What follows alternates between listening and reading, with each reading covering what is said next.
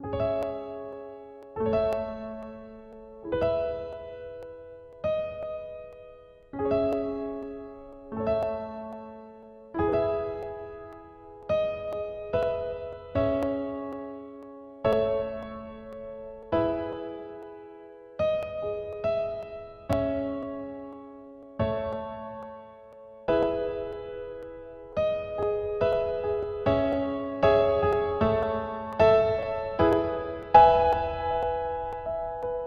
questions are still being asked about what motivated thousands to take part in those acts of looting, arson and vandalism earlier in the week.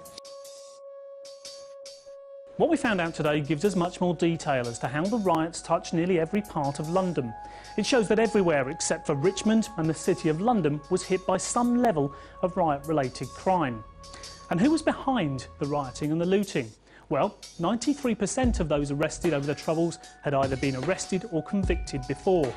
And in London, 19% had known links to gangs. That's somewhat lower than the figures we were initially told. Those involved in the riots came from poorer backgrounds. A third of the young people involved had been excluded from school. Only 1 in 10 of them had done well in their exams. Today's figures also give us a clearer picture of who was on the streets at the start of August. 71% of those arrested were 24 years old or younger. And overwhelmingly, those accused of riot-related crimes are males, 88% in fact. And when it comes to race statistics, this is what the figures show us. They show us 32% of those arrested were white and 47% were black. The government today rejected criticism that its cuts had a part to play in the disturbances. The riots, they say, were simply down to criminality.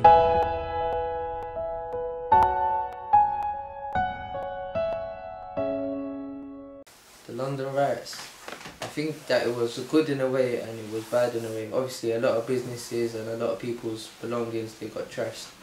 But in a good way, it showed that the society can come together in it and they can actually do something if they really want it to. Like, obviously I understand that the rioting didn't benefit any of us, but it might have benefited some of us, it might have not benefited some. But it hasn't benefited us like now recently, because everyone's just saying, they just look at you in a different way. After the riots, they just think, like any old person you see walking past, they would grab their handbag and think, oh, I better hold my handbag very tight, or just gave them a bit more of an excuse just to like have a go at us. I think it was criminality, like the majority of it, but then I think at the same time, it's revenge, innit? It's a reason for everyone to outburst. Because a lot of people are angry with just the way their lives are in the country in general. I don't know what everyone else's reasons are, but a lot of people don't have the things that they want, and it's hard for them to get the things that they want. Yeah? They should work for the things they want, but if you can't work, what can you do? I think the majority of people that, when they start looking for jobs, everyone tries hard.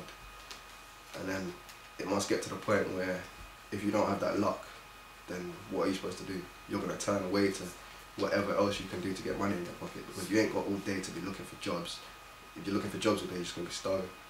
Like I do a bit of work at the markets, selling Ralph Lauren stuff, do a bit of work at the marquees on a Saturday and Sunday, just anything to pass my time, just to keep me busy throughout the week, otherwise you're just sitting at home doing nothing. I think people did it for a reason, innit? Because like, they're just fed up of not going to work. Obviously if you've got a job you can go out and buy the things. If you ain't got no work, you're going to go out and get it anyway how you can. People are so-called frustrated with how they've been treated, you know what I mean? So something like that was going to happen. I didn't think it was going to happen that big, that nationwide. I knew something was going to happen, because it's just a fight back against the oppressor. People were passionate, people were zealous, but they directed it to the wrong area. If you have a problem with the government, don't burn down people's houses or shops. Go and protest outside Parliament, you know what I mean? These big corporations have billions and millions of pounds and dollars or whatever, and the price that they are selling things compared to how much it costs to produce them is not fair. Apparently to make a pair of Air Forces, it's less than £1, but to buy them is over £50, you know what I mean? So is that justified? The people in power need to acknowledge the people, the poorer people, the lesser people in society. You know, obviously society can't be fair, everyone can't be rich, but you know, know what I mean? Give us some leeway, innit? The government definitely designed the system this way. It's set up so that they can be rich, and they need people to be poor in order for them to be rich. So they need things to be this way, and if they need anything else, they're just going to change it.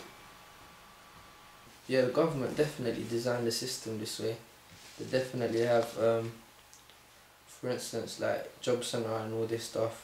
The job centre is a place where they keep you there to try and find you employment. But if there's no job there, so how are you gonna go and be employed? You can't really find employment out there, especially if you're going to the job centre and they ask for a previous reference. You say, "I was job seeking for the last 6 months." You're not really gonna find any. No one's really gonna wanna say, "Yeah, I'll employ you." Like if they done like work trials, like voluntary work where people go out and work and show them that I can do this job. Just put your trust in me and see that I can do the work. And if I can't do the work, then I'll go. But if I can do the work, then what's the problem? And if it's spreading there and everyone's saying, "Yo, they're getting some free shit in London," I'm gonna try and get some free stuff wherever I am. If I can cause a big enough riot and get away with it, get a new free TV, free whatever. Everyone wants free stuff, especially if you're broke. A lot of people must have seen on the news that people are going out there and I haven't got a job, he hasn't got a job, and he's just got a new TV for no reason. So why can't I go out there and go and get a TV for no reason?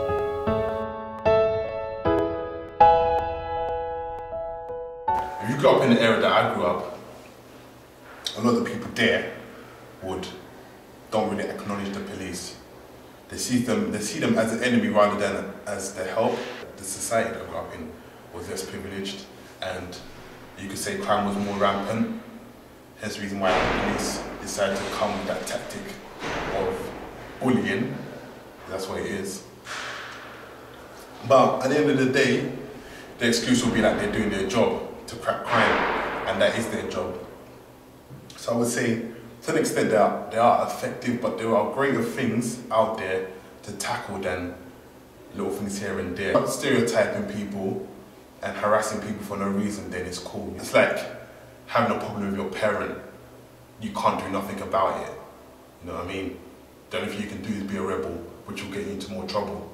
So that's why you get a lot of people behaving the way they're behaving, because if the law, which is supposed to help you, is hurting you, then where do you go? Society is big,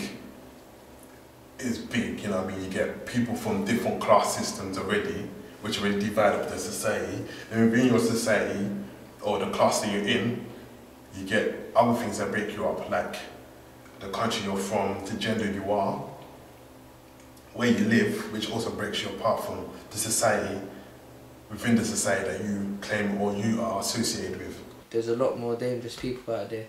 Like there's boys that carry knives, there's people that carry guns. Like drugs, at the end of the day, the government know that the drugs make the world go round. At the end of the day, it's tax-free money. Everyone who's asked for tax-free money, that's the way forward. Obviously, you're not paying taxes to no person who's governing you. You're not looking, or it's just basically like drugs. Drugs makes the world go round. And I think that they waste a lot of time on just looking at other young people and targeting young people.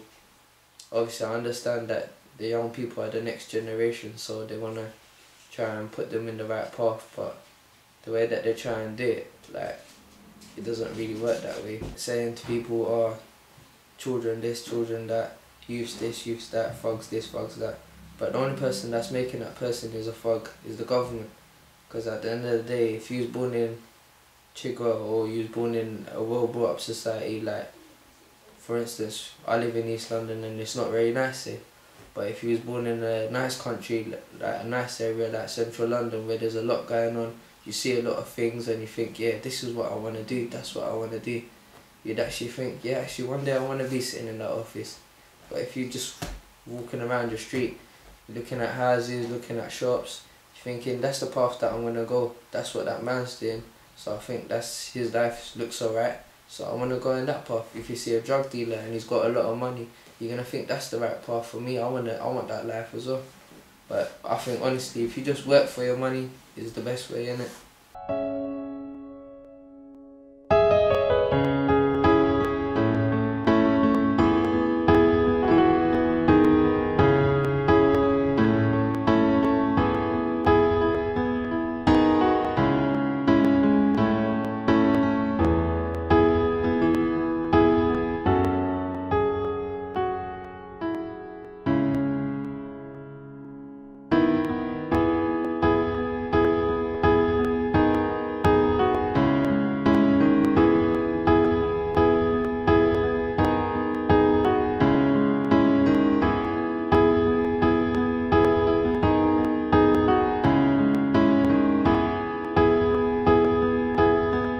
Since the early hours of Friday morning, my overriding concern has been to provide this country with good, strong, stable government that is in the national interest.